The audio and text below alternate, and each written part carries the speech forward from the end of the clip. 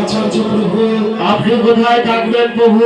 মহেশ্বর ওই কলির যুদ্ধ ধার করার জন্য নদিয়া নবদ্বীপে সচিবার্ভ সিংহ মাঝে অবতরণ হল গৌরাঙ্গ মহাপ্রভুরূপে।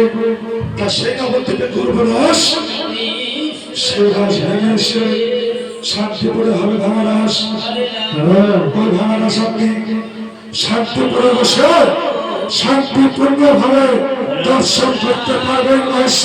প্রভু আমার রাজ দর্শন হবে?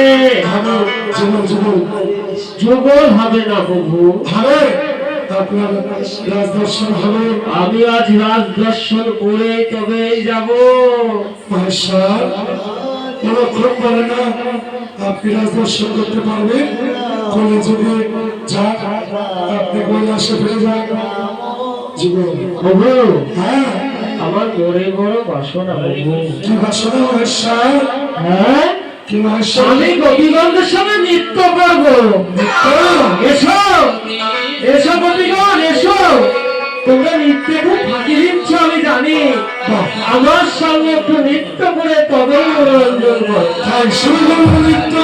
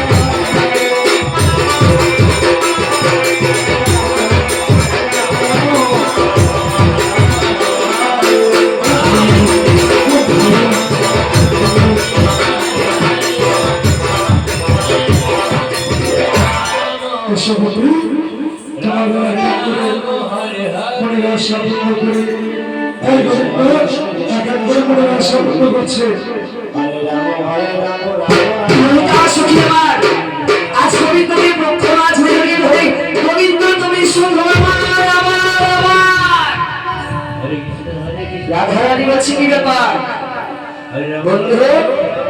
এমন তো কথা ছিল না।